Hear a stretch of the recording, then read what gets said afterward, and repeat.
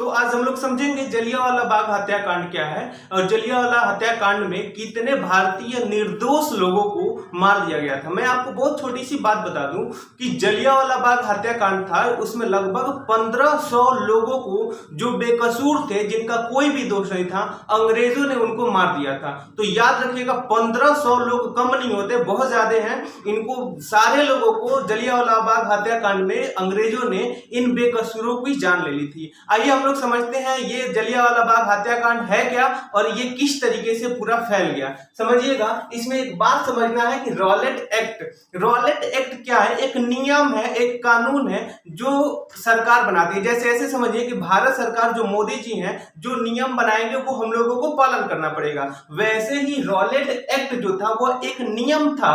कब इसको शुरू किया गया था? 19 मार्च 1919 को। याद रखेंगे, रॉलेट एक्ट एक नियम था, अधिनियम था, जो कि 19 मार्च 1919 को प्रस्तावित किया गया था, लागू किया गया था। ये किसने लागू किया था? तो इस बात को याद रखेंगे, एक अंग्रेज थे जिनका नाम क्या था? Sir Sydney Rowlatt. Sir Sydney Rowlatt ने एक नियम प्रस्तुत किया, जिस नियम को हम लोग कहते हैं रॉलेट एक्ट अधिनियम 19 मार्च 1919 को प्रस्तुत किया था। मैं आपको बता दूं कि यही जो नियम था, यही जो रूल था, जिन्होंने 1500 भारतीय बेकसूर लोगों की जान ले ली थी। समझिए क्या था ये रॉलेट एक्ट। वास्तव में इसको अंग्रेजी नाम, कई बार यूपीपीसीएस से पूछ देता है कि इसका इंग्लिश नाम क्या है, अंग्रेजी में इसको रॉलेट एक्ट को क्या कहते हैं। तो याद रखे रहेंगे, आर्चियल रिवोल्यूशनरी एक्ट 1919 के नाम से इसको जाना जाता है। आइए समझते हैं ये पूरी है क्या। मैं आपको बता दूं कि गांधी जी जो थे, उन्होंने इस एक्ट को, इस नियम को काला कानून भी कहा। काला कानून क्यों किया, क्यों कहा उन्होंने, थोड़ा इस बात को हम लोग पहले समझ लेते हैं। इस कानून में था ये जो नियम था, इसमें ये था कि पुलिस का मतलब ये जो अंग्रेज थे, जो भारत में शासन कर रहे थे, ये बिना किसी दलील का, बिना किसी अपील का, बिना किसी मतलब आप गलती भी नहीं किए रहेंगे तब भी आपको क्या करेंगे, उठा करके जेल में डाल देंगे और आपको मारना प्रताड़ना स्टार्ट कर देंगे। यानी कि ये वास्तव में रॉलेट एक्ट ये था कि बिना दलील का, जैसे मान लीजिए हम हैं तो हम बाइक चला रहे हैं और बिना हेलमेट के पकड़े गए हैं, तो हम अपील देते हैं ना कि सर हमको थोड़ा सा बाइक से जल्दी जाना था, यहीं पे जाना है, जिसके कारण से लेट हो जाएगा, तो इसलिए हेलमेट लगाना भूल गए। अपील करते हैं ना हम लोग। लेकिन जो उस टाइम अंग्रेज सरकार थी, वो कह रही थी बिना किसी दलील का, बिना किसी अपील का आपको कुछ बोलना भी नहीं है, कोई मतलब आप कह भी नहीं सकते कि एक्सक्यूज भी अपना नहीं देना है। तो बिना किसी दलील का, बिना किसी वकील का, जैसे कोर्ट में जाते हैं तो अपना वकील लेकर के जाते हैं तो वो आपको बचा देता है, यानी बिना किसी वकील का, बिना किसी अपील का आपको सरकार जो की होती है, सरकार आपको गिरफ्तार कर लेगी और आपको जो भी उसको करना रहता है, अंग्रेजी सरकार आपको कर सकती है। तो इसीलिए जो गांधी जी थे, उन्होंने कहा कि अरे यार, ये तो काला कानून है। काला कानून का मतलब बिना किसी दलील हमें यदि सरकार जब मन चाहे तब हमको उठा कर ले आकर के पैक कर देगी, मतलब जेल में बंद कर देगी। तो काला कानून किसने कहा? गांधी जी ने। इस नियम का, अधिनियम में क्या था, बिना किसी दलील के आपको अंग्रेजी सरकार उठा करके जेल में बंद कर देगी, बिना किसी वकील का, कोई आप वकील भी नहीं लेकर के जाएंगे कि आपको छुड़ाए वो वकील, ठीक है ना, और बिना किसी अपील, आप एक्सक्यूज भी नहीं दे सकते, आप किसी अपील भी नहीं कर सकते, साहब छोड़ दीजिए, वो आपको जैसे मन करे वैसे आपको टार्चर कर सकती है। तो इसी समय हुआ क्या था कि इस समय काला कानून किसने कहा? गांधी जी ने। किस एक्ट को? नियम को, इसी अधिनियम को अंग्रेजी सरकार रॉलेट एक्ट 19 मार्च 1919 को प्रस्तुत किया, जिसे गांधी जी ने कहा ये तो काला कानून है। एक बात समझिएगा, काला कानून कहने के बाद भारत में उस टाइम 1919 के प्रॉक्सी आए थे वो, तो गांधी जी ने एक आंदोलन चालू कर दिया, जिस आंदोलन को कहा जाता है रॉलेट सत्याग्रह। किसने चालू किया था? गांधी जी ने। 1919 में ही गांधी जी ने एक आंदोलन चालू कर दिया, उसके विपरीत, रॉलेट एक्ट के विपरीत एक आंदोलन चालू कर दिया, जिसे हम लोग कहते हैं रॉलेट सत्याग्रह। या किसने चालू किया था? गांधी जी ने। कब चालू किया था? 1919 में ही इन्होंने चालू कर दिया था। आइए इसको थोड़ा सा और डिटेल में समझते हैं। उसी टाइम जब गांधी जी ने आंदोलन छेड़ा रॉलेट एक्ट के तहत कि ये कानून भारत में नहीं लगना चाहिए, उसी टाइम एक और आदमी थे, 30 मार्च को, ध्यान में रखेंगे, 1919 में इन्होंने रॉलेट एक्ट सत्याग्रह धारण की। किसने? गांधी जी ने। उसी समय 30 मार्च को एक स्वामी श्रद्धानंद, ध्यान रखेंगे, स्वामी श्रद्धानंद ने इनका नेतृत्व कर दिया, मतलब इनका सहयोग कर दिया। और स्वामी श्रद्धानंद ने कहा कि कर मत दो। अब समझिए कर मत दो क्या है। जैसे अंग्रेजी सरकार जो थी वह वास्तव में भारतीयों से कर पैसे लिया करती थी, यहाँ पे कर असूला करती थी। उसी को मतलब जो स्वामी श्रद्धानंद जो थे उन्होंने कहा कि कर मत दो आंदोलन उन्होंने ही छेड़ दिया। यहाँ पे आप दो चीजें याद रखेंगे, कर मत दो आंदोलन स्वामी श्रद्धानंद ने किया था, लेकिन कर मत दो का नारा ध्यान रखेंगे, कर मत दो का नारा किसने दिया था, तो ये सरदार वल्लभ भाई पटेल ने दिए थे। तो यहाँ पे दोनों चीजें, दोनों में बहुत ज्यादा कंफ्यूजन आपको होगा। पहली बात यह है कि स्वामी श्रद्धानंद ने कर मत दो आंदोलन शुरू किया था, लेकिन कर मत दो का नारा किसने दिया था, तो नारा किसने दिया था, तो सरदार वल्लभ भाई पटेल ने दिया था। आइए और भी बात समझ लेते हैं। इसी टाइम एक चीज और भी बात है, प्रतिनिधित्व नहीं तो कर नहीं। मीन्स उसी टाइम एक बात ये भी हुई थी कि प्रतिनिधित्व, जैसे कोई हमारा हेल्प नहीं हो रहा था, हम क्यों अंग्रेजी सरकार को पैसा दे, तो प्रतिनिधित्व नहीं तो कर नहीं, उसी टाइम लागू किया गया था। तो यहाँ पे इस बात को याद रखेंगे, 30 मार्च को रॉलेट सत्याग्रह गांधी जी की सहायता किसने कर दी, स्वामी श्रद्धानंद ने। और इन्होंने कहा क्या, कर मत दो आंदोलन इन्होंने शुरू कर दिया। जब गांधी जी, अब एक बात समझिए, यहाँ पे अंग्रेजी सरकार ने रॉलेट एक्ट अधिनियम लागू किया है, मतलब किसी को भी बिना गलती का भी उठा करके बंद कर देगी। गांधी जी ने क्या किया, गांधी जी ने जब सत्याग्रह 1919 में किए तो गांधी जी को 6 अप्रैल को, ध्यान रखेंगे 6 अप्रैल को गांधी जी ने पूरे भारत में हड़ताल बोल दी है कि भाई ये नियम लगना ही नहीं चाहिए। गांधी जी ने पूरे भारत में हड़ताल बोल दी है। अब जब गांधी जी ने हड़ताल बोला तो उसी टाइम में 6 मार्च 2 दिन बाद ही 8 अप्रैल 1919 को गांधी जी को गिरफ्तार कर लिया अंग्रेजी सरकार ने। मीन्स जो अंग्रेज थे वो गांधी जी को गिरफ्तार कर लिए। कब, 8 अप्रैल को। 6 अप्रैल को उन्होंने पूरे देश में हड़ताल बोला था, पूरे देश में हड़ताल कर दो, लेकिन 8 अप्रैल को किसने, अंग्रेजी सरकार ने गांधी जी को गिरफ्तार, रॉलेट एक्ट सत्याग्रह किसने लगाया था, गांधी जी ने 1919 में। 30 मार्च को गांधी जी का एक नेतृत्व कर दिए कौन, स्वामी श्रद्धानंद ने। क्या बोला, कर मत दो आंदोलन। 6 अप्रैल को पूरे देश में गांधी जी ने हड़ताल बोल दिया था और इस हड़ताल के कारण 8 अप्रैल को गांधी जी को गिरफ्तार कर लिया गया। अब एक थोड़ी सी बात समझिए कि ये जो सत्याग्रह का केंद्र जो था वह सत्याग्रह का मेन केंद्र था पंजाब। याद करेंगे, सत्याग्रह मतलब ये नियम वास्तव में सत्याग्रह गांधी जी ने कहां से शुरू किया था, तो पंजाब में शुरू किए थे। और मैं आपको बता दूं कि पंजाब के जो प्रमुख 2 नेता थे वो एक थे डॉक्टर सत्यपाल और दूसरा थे डॉक्टर सरफुद्दीन खिलजी। दोनों लोगों को आप याद रखे रहेंगे। पंजाब में 2 लोग थे, एक थे डॉक्टर सत्यपाल और दूसरा थे सरफुद्दीन खिलजी। आइए इन दोनों लोगों को बताते हैं। अंग्रेजी सरकार ने इन दोनों लोगों को, सत्याग्रह केंद्र जहां पे था, दोनों लोगों को, डॉक्टर सत्यपाल और सरफुद्दीन खिलजी को, दोनों लोगों को अंग्रेजी सरकार ने बिना किसी मतलब का ही गिरफ्तार कर लिया। कब, 19 अप्रैल को। ध्यान रखिए, 8 अप्रैल को गिरफ्तारी गांधी जी की और उसी टाइम सर इन दोनों लोगों की गिरफ्तारी एक दिन बाद 9 अप्रैल को कर दिया। अब देखिए, बिना किसी मतलब का ही किसी को गिरफ्तार कर लेना ये तो बहुत गलत बात है भाई। तो ये पूरी देश में ये फैल गई कि देखो ये तो गांधी जी को अंग्रेजी गिरफ्तार कर लिए, बाकी जो पंजाब के, जब अंग्रेजी सरकार ने सत्यपाल और सरफुद्दीन खिलजी को गिरफ्तार कर लिया और साथ ही साथ इधर गांधी जी को 6 अप्रैल को गिरफ्तार कर लिया, इन लोगों को 9 अप्रैल को गिरफ्तार कर लिया, तो अब भारत के सारी जनसंख्या बहुत ज्यादा अंग्रेज के प्रति विरुद्ध हो गए और पूरे भारत के जो लोग थे वह 13 अप्रैल अमृतसर में एक जगह है जलियांवाला बाग, अमृतसर में जलियांवाला बाग में इकट्ठा हुए और ये मांग कर रहे थे कि इन दोनों लोगों को और इन लोगों को क्यों आपने क्या कर लिया, गिरफ्तार किया है, छोड़ दीजिए। और साथ ही साथ इस रॉलेट एक्ट का विरोध कर रहे थे। तो विरोध करने के लिए भारत की मैक्सिमम जनसंख्या कहां पे गई, तो जलियांवाला बाग में गया और वहीं पे अंग्रेजों ने जलियांवाला बाग में ही बहुत ज्यादा लोगों को मार दिया था। अब आइए हम लोग समझते हैं कि जलियांवाला बाग हत्याकांड क्या है। तब तक आप लोग इसका स्क्रीनशॉट ले लिए तो मैं आगे आपको समझाता हूं कि जलियांवाला बाग हत्याकांड जो हुआ था वह 13 अप्रैल 1919 के दिन ही हुआ था। याद करेंगे, मंडे का दिन था, सोमवार का दिन था। और कब, 13 अप्रैल 1919, जिस दिन बैसाखी का दिन था। बैसाखी का दिन कहने का मतलब ये है कि जो भारत में जब गेहूं की कटैया हो जाती है तो उस टाइम एक त्योहार मनाया जाता है जिसे हम लोग कहते हैं बैसाखी। मीन्स बैसाखी के दिन के समय बहुत ज्यादा उत्साह था भारतीय लोगों में, और उस टाइम पूरे भारतीय जितने भी लोग थे वह प्रदर्शन कर रहे थे, अपना मतलब मांग कर रहे थे कहाँ पे, जलियांवाला बाग की। किस तारीख को? तो 13 अप्रैल 1919 को।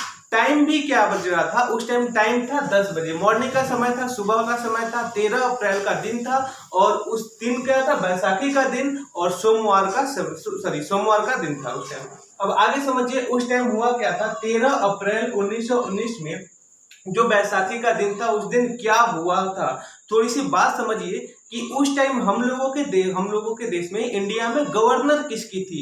तो आपको मैं बता दूं कि भारत का जो वायसराय था, अंग्रेज जो था, उसका नाम था लॉर्ड जेम्स फोर्ड, और जबकि पंजाब का जो लेफ्टिनेंट गवर्नर था उसका नाम था ओ डायर। थोड़ा सा यहाँ पे बात समझिएगा।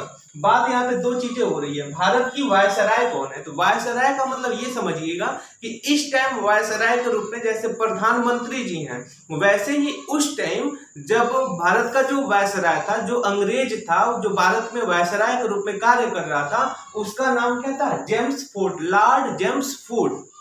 और एक बात और समझिए, लेकिन भारत तो बहुत बड़ा है ना, उसमें छोटे छोटे राज्य हैं। जैसे उत्तर प्रदेश में यदि इस समय बात करें तो आदित्य योगीनाथ जी हैं, वैसे ही उस टाइम जो पंजाब का लेफ्टिनेंट गवर्नर था वो कौन था? ओ डायर था। ओ डायर कौन है? बात समझ में आ रही है? तो ओ डायर जो है वो पंजाब का लेफ्टिनेंट गवर्नर है, जबकि भारत का वायसराय कौन था? तो भारत का वायसराय लॉर्ड जेम्स फोर्ड था। दोनों बात को एक छोटे से एग्जांपल के माध्यम से समझ सकते हैं कि समझिएगा कि लॉर्ड जेम्स फोर्ड की जगह पे इस टाइम जो है मोदी जी काम कर रहे हैं, लेकिन मोदी जी की जगह पे उस टाइम जब ये हत्याकांड हुआ था उस टाइम कौन था? तो लॉर्ड जेम्स फोर्ड था। जबकि आदित्य योगीनाथ की जगह पे, अभी तो आदित्य योगीनाथ जी है ना उत्तर प्रदेश में, वैसे इनके जगह पे पंजाब का जो लेफ्टिनेंट गवर्नर था वो कौन था? ओ डायर था। बात दोनों चीजें समझ में आ रही है? अब थोड़ा सा ध्यान दीजिए, वास्तव में ये 13 अप्रैल को जो हत्याकांड हुआ था वो कहाँ पे हुआ था? तो अमृतसर में ही हुआ था, और उस टाइम अमृतसर का जो सेनापति था उसे हम लोग कह रहे थे आर डायर। तीनों चीज को एक साथ समझिएगा। लॉर्ड जेम्स फोर्ड भारत का वायसराय था, पंजाब का लेफ्टिनेंट गवर्नर कौन था? ओ डायर था, और अमृतसर का सेनापति कौन था? आर डायर था। एक बात और भी बता दें कि जो अमृतसर में जो सेनापति था इसके अंडर में काम करता है सेना की रेजिमेंट, जिसे हम लोग कहते हैं गोरखा रेजिमेंट। तो ध्यान दीजिएगा उस टाइम में जो रेजिमेंट थी उसे हम लोग कह रहे थे गोरखा रेजिमेंट। इस बात को भी आप लोग ध्यान में रखिएगा। अब इतनी बात समझने के बाद तो इसी टाइम एक भारतीय गद्दार था, एक भारतीय गद्दार था जिसका नाम था हंसराज। एक बात ध्यान रखेंगे, उस टाइम भारतीय गद्दार कौन था? तो हंसराज। याद रखिएगा हर जगह गद्दार होते ही होते हैं, वरना एक दिल का तकलीफ तो अपने ही देते हैं, वरना दूसरों को क्या पता कि दिल का दर्द क्या होता है। तो उस टाइम जो है भारतीय गद्दार कौन था? हंसराज था। थोड़ा सा यहाँ पे समझिएगा कि जो भारतीय गद्दार हंसराज था, जब यहाँ पे बैसाखी के दिन प्रदर्शन हो रहा था 13 अप्रैल 1919 को, तो यही गद्दार ने जाकर के भारत के वायसराय को लॉर्ड जेम्स फोर्ड को बता दिया था कि वहां पे क्या हो रहा है? प्रदर्शन हो रहा है, आंदोलन हो रहा है। तो लॉर्ड जेम्स फोर्ड ने आर डायर से क्या कहा कि जाकर के देखो पंजाब में क्या हो रहा है, कोई मतलब ऐसे आंदोलन चल रहा है क्या वहां पे। तो ओ डायर ने, ध्यान रखेंगे, ओ डायर ने आदेश दिया, इस बात को ध्यान में रखेंगे, ओ डायर ने आदेश दिया किसको? आर डायर को। कहा कि अमृतसर के सेनापति को आर डायर को ओ डायर ने आदेश दे दिया कि जाओ देखो वहां पे जो भी आंदोलन कर रहे हैं तो उन आंदोलनकारियों को मना करो, हटाओ वहां से, और यदि नहीं हटते हैं तो उन लोगों को गोली मार देना। कौन आदेश दिया? तो यही ओ डायर ने आदेश देता है किसको? आर डायर को। अब देखिएगा आर डायर के नेतृत्व में काम करता है कौन? गोरखा रेजिमेंट। ध्यान रखेंगे आर डायर के नेतृत्व में जो काम करता है उसे हम लोग कहते हैं गोरखा रेजिमेंट। और गोरखा रेजिमेंट ये गया जलियांवाला बाग में। ध्यान रखेंगे, गोरखा जो रेजिमेंट था ये गया जलियांवाला बाग में। किस दिन? 13 अप्रैल को। और वहां पे लोग जो थे नारे लगा रहे थे कि अपना जो भी आंदोलन है, रोलर एक्ट वापस लो, इस तरीके के नारे लगा रहे थे। और मतलब गांधी जी को छोड़ दो, इस तरीके के आंदोलन लगा रहे थे। तो उस टाइम हुआ क्या कि ये जो गोरखा रेजिमेंट जो कि सेना की रेजिमेंट थी, यह उन लोगों को 3 मिनट का समय दिया कि तुम लोगों को भागना है तो भाग जाओ, नहीं तो गोली से मार देंगे। और उस टाइम इतनी दर्दनाक घटना हुई कि उन्होंने 3 मिनट का टाइम दिया। कुछ लोग तो चले गए, लेकिन जो लोग वहां पे अपना प्रदर्शन कर रहे थे सबके ऊपर आंख बंद करके पूरा गोली फायरिंग कर दी। और लगभग उस टाइम 15,000 लोगों को ऐसे मृत्यु हो गई थी। और माना जाता है कि कुछ ऐसे लोग थे जिनमें बहुत ज्यादा लोग घायल भी हो गए थे। तो ये कहानी थी कि 15,000 लोग वास्तव में, ये मारा कौन था? ध्यान रखोगे, वास्तव में तो ओ डायर ने ही तो आदेश दिया है आर डायर को, और आर डायर ने गोरखा रेजिमेंट को आदेश दिया कि जाओ मार दो। यही गोरखा रेजिमेंट जाकर के किसको मार देता है? वो सारे पब्लिक जो इंडिया के लोग थे वहां पे जो अपना प्रदर्शन कर रहे थे उन सभी के ऊपर गोली चला देता है, जिसके कारण से लगभग 1500 भारतीय निर्दोष लोगों को, उन लोगों का क्या दोष है? वो तो अपना प्रदर्शन कर रहा है, मांग कर रहा है ना, तो उन लोगों की उसी टाइम मृत्यु हो जाती है। तो बात यहां तक समझ में आई। तो उस टाइम भारत का वायसराय कौन था? लॉर्ड जेम्स फोर्ड था। पंजाब का लेफ्टिनेंट गवर्नर कौन था? ओ डायर था, जो उन्होंने आदेश देता है किसको? आर डायर को। और आर डायर ने गोरखा रेजिमेंट को आदेश देता है कि जितने लोग हैं जाओ सबको क्या कर दो, गोली मार दो, जितने लोग वहां पे हैं सबको गोली मार दो। तो सभी लोग मर जाते हैं। लगभग कितने? 1500 लोगों की मृत्यु हो जाती है। अब एक बात थोड़ा यहाँ पे समझिएगा, बहुत इंपॉर्टेंट चीज, कि हत्याकांड के बाद त्याग पत्र देना। जैसे मान लीजिए इतने लोगों की हत्या हो गई तो पूरे देश में पूरा तहलका मच गया कि इतने लोगों की हत्या। आप सोच सकते हैं। तो हत्याकांड के बाद कुछ लोग जो थे, जो भारतीय में जो लोग थे, उन्होंने अंग्रेजी सरकार के विरुद्ध अपना त्याग पत्र देना शुरू कर दिया। जैसे बात करें यदि शंकर नारायण की, तो वो वायसराय के परिषद में काम कर रहे होते हैं और इन्होंने अपना त्याग पत्र दिया कि आपने जब मेरे ही देश के लोगों को मार रहे हैं तो मैं क्यों आपके अंडर में काम करूं। तो जो शंकर नारायण थे ये वायसराय के पद पे, वायसराय के नेतृत्व में काम कर रहे थे, तो इन्होंने अपना क्या कर दिया? त्याग पत्र दे दिया। ऐसे ही बात करें तो गांधी जी ने कैसरे हिंद की उपाधि धारण की थी, कैसरे हिंद के पद पे काम कर रहे थे, तो इन्होंने क्या किया? अपना भी त्याग पत्र दे दिया कि मैं अंग्रेज तुम्हारे साथ काम नहीं करूंगा। इसी तरीके से रविंद्रनाथ टैगोर सर नाइटहुड के पद पे थे, इन्होंने क्या किया? अपना त्याग कर दिया। ऐसे करके जमवाहरलाल ये भी थे, राय बहादुर के पद पे काम कर रहे थे। तो इस तरीके से ये जितने भी भारतीय थे उन्होंने सभी लोग अंग्रेज के प्रति अपना त्याग पत्र देना स्टार्ट किया। अब जब ये लोग त्याग पत्र देना स्टार्ट किए तो उस टाइम जो अंग्रेज थे, कौन? लॉर्ड जेम्स फोर्ड, उन्होंने किया क्या कि एक जांच आयोग का गठन किया। ध्यान रखेंगे, जब भी यहाँ पे हत्याकांड हो रही है, जैसे आज भी देखिएगा, यदि कोई हत्याकांड या फिर कोई कांड होता है तो उसके लिए जांच आयोग का गठन किया जाता है सरकार के द्वारा। वैसे ही उस टाइम जो लॉर्ड जेम्स फोर्ड थे उन्होंने क्या किया? एक जांच आयोग का गठन किया जिसे हम लोग कहते हैं हंटर आयोग। ध्यान में रखेंगे, ये हंटर आयोग वो नहीं है जो शिक्षा के क्षेत्र में बदलाव किया गया था। ये वास्तव में हंटर आयोग क्या है? जांच केंद्र है जो कि लॉर्ड हंटर के नेतृत्व में इसको स्थापित किया गया था। तो याद रखे रहेंगे, जब ये पूरी कांड हो गई तो लॉर्ड हंटर के नेतृत्व में एक जांच आयोग बैठाया गया जिसे हम लोग कहते हैं हंटर आयोग। और इस हंटर आयोग में बताया गया कि इस हंटर आयोग में टोटल 3 जो थे भारतीय थे, 3 लोग जो थे वो भारतीय थे और 5 लोग जो थे वो अंग्रेजी कमेटी के तरफ से थे। यानी कि हंटर आयोग में टोटल कितने लोग थे?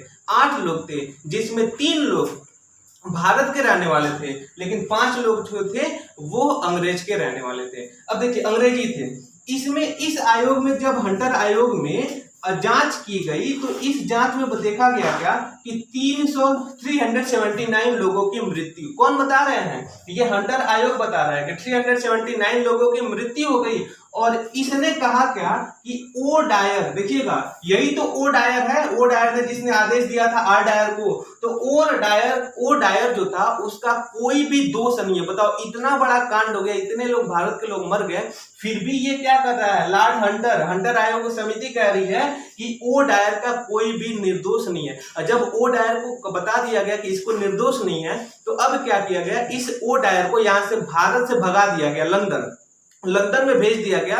कि अब देखिए इतना ही नहीं, इतने इडियट थे सब कि लंदन में जा करके जब ओ डायर लंदन चला गया तो वहां पे उसको खूब बढ़िया से तलवार दे रहे थे सब, और उस तलवार इसलिए दिया जा रहा था कि ओ डायर को बहुत ज्यादा सम्मान मिले, और ओ डायर को कहा गया कि तुम बहुत अच्छा किए कि वहां पे भारतीय लोगों को काट करके चले आए। यानी कहने का मतलब ओ डायर को बहुत ज्यादा, यहाँ पे इतने लोगों की मृत्यु हो गई और ओ डायर को वहां पे क्या किया जा रहा है, सम्मान किया जा रहा है। तो इसी सारी चीजें देखिएगा।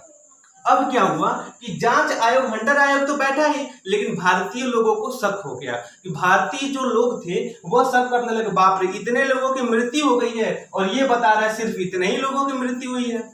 साथ ही साथ ये बिल्कुल दोषी था, लेकिन यह आयोग क्या कर रहा है, ओ डायर बिल्कुल निर्दोष है। तो जो भारत की कमेटी थी, जो भारत के लोग थे, उन्होंने मदन मोहन मालवीय जी के नेतृत्व में एक कमेटी डेवलप की जिसको कहते हैं तहकीकात कमेटी। ध्यान रखेंगे, मदन मोहन मालवीय जी के नेतृत्व में जो भारत के लोग थे इनके निर्णय से असंतुष्ट हो गए और इन्होंने एक कमेटी का विकास किया, एक कमेटी का डेवलप किया मदन मोहन मालवीय जी के नेतृत्व में, जिसे हम लोग कहते हैं क्या, तहकीकात कमेटी। अब देखिएगा तहकीकात कमेटी ने मदन मोहन मालवीय जी के जो नेतृत्व में था, उन्होंने बताया कि ओ डायर बिल्कुल दोषी है, 100% जो है ओ डायर ही दोषी है जलियांवाला बाग हत्याकांड का। लेकिन यहाँ पे देखिएगा ओ डायर दोषी बताया गया और इन्होंने बताया कि लगभग 1600 लोग मारे गए हैं। ध्यान रखिएगा उस हत्याकांड में, जलियांवाला बाग हत्याकांड में 1600 लोगों को मारा गया है। लेकिन क्या करेंगे, उस टाइम तो अंग्रेजी सरकार थी, अंग्रेजी हुकूमत थी, तो इन लोगों की बातों को कोई नहीं सुना। मतलब ये जो थे मदन मोहन मालवीय तहकीकात जो कमेटी थी, इसका कोई भी नहीं सुना। सिर्फ सुनवाई किसकी की गई थी, तो हंटर आयोग का सिर्फ सुनवाई किया गया था और इस ओ डायर को भेज दिया गया कहाँ पे, लंदन। लेकिन एक बात याद रखिएगा, जो भारत में उसी टाइम जब इनको भेज दिया गया लंदन, तो उस टाइम एक भारत में पंजाब में ही अमृतसर में रहने वाले एक नेता थे जिनका नाम था उधम सिंह। इनको बहुत ही इंपॉर्टेंट है, यही वास्तव में भारत का शेर था। ध्यान रखिएगा, उधम सिंह जो था वो वास्तव में भारत का शेर था। ये पूरी चीज को, जितनी भी जो हत्याकांड जो थी, किसने करवाया, साथ ही साथ ओ डायर ने, ये सारी चीज को अपनी आंखों से देख रहा था कि ये लोग कैसे। वास्तव में मैं बता दूं कि ये जो थे उस आंदोलन में भाग भी लिए थे, तभी तो ये सारी चीज देखे थे ना। तो जो उधम सिंह थे, इन्होंने सारी चीजें को अपनी आंखों से देखा था और 21 वर्ष बाद, अब जानते हैं 21-20 साल बाद, जैसे मान लीजिए हम अभी 20 साल के हैं तो 20 वर्ष बाद कितने साल के हो जाएंगे, 40 साल के हो जाएंगे। वैसे ही 1919 में ये रॉलेट एक्ट हत्याकांड हुआ था, तो उधम सिंह ने 21 वर्ष बाद, यानी कब, 1940 में ही उनको ओ डायर को कहा था कि ओ डायर को आदेश दिया कि भाई तुमको छोड़ेंगे नहीं, जो जलियांवाला हत्याकांड किए हो उसमें बिल्कुल तुम्हें मार करके रहेंगे।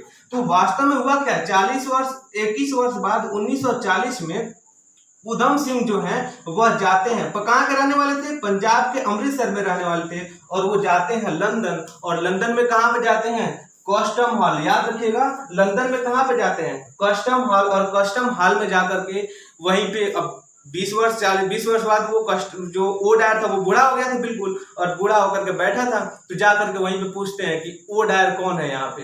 तो ओ डायर मतलब फिर वो लोग बताते हैं वहां के लोग कि ओ डायर क्या यही बैठे हैं, बूढ़े हो गए थे तो यही बैठे हुए हैं। तो जा करके उधम सिंह पूछते हैं कि तुम ही हो ओ डायर, तो कहते वो एक्सेप्ट कर लेते हैं, हाँ हम ही हैं। फिर पूछते हैं कि जलियांवाला बाग हत्याकांड आप ही ने किया था, तो ये बिल्कुल एक्सेप्ट कर लेते हैं, हाँ बिल्कुल सीना तान के कहते हैं हाँ हमने किया था। तो फिर वहीं पे तुरंत बंदूक निकालते हैं और ओ डायर को गोली मार देते हैं और गोली मार करके उसकी हत्या कर देते हैं। तो एटोल कहने का मतलब ये है कि पंजाब में जो उधम सिंह था उन्होंने ही हत्या किया किसकी, ओ डायर का। और वहां पे तुरंत सिक्योरिटी आ जाती है और ओ डायर को पकड़ लेता है। तो वो कहता है कि रुक जाओ, ओ डायर उधम सिंह को पकड़ लेता है और उधम सिंह कहता है कि रुक जाओ, मेरा ये लक्ष्य था जब तुमने वहां पे हत्या किया था, हत्याकांड में शामिल हुए थे, तो मेरा यही लक्ष्य था कि ओ डायर तुम्हें गोली मार करके हटा देना। आज से तुम याद रखोगे कि 1957 की क्रांति जब अंग्रेजों को खूब ज्यादा दौड़ा दौड़ा करके मारा गया था, इस संदर्भ में ओ डायर की मृत्यु किसने कर दिया था? पंजाब का रहने वाला शेर जिसका नाम क्या था? उधम सिंह। याद रखेंगे। आई होप आपको ये सारी चीजें बहुत ही अच्छे से समझ में आ गई होंगी और आगे हम लोग इसी तरीके से और अच्छे अच्छे वीडियो को मैं आपको देता रहूंगा। तब तक के लिए आपको धन्यवाद और वीडियो को अपने दोस्तों के पास शेयर करें।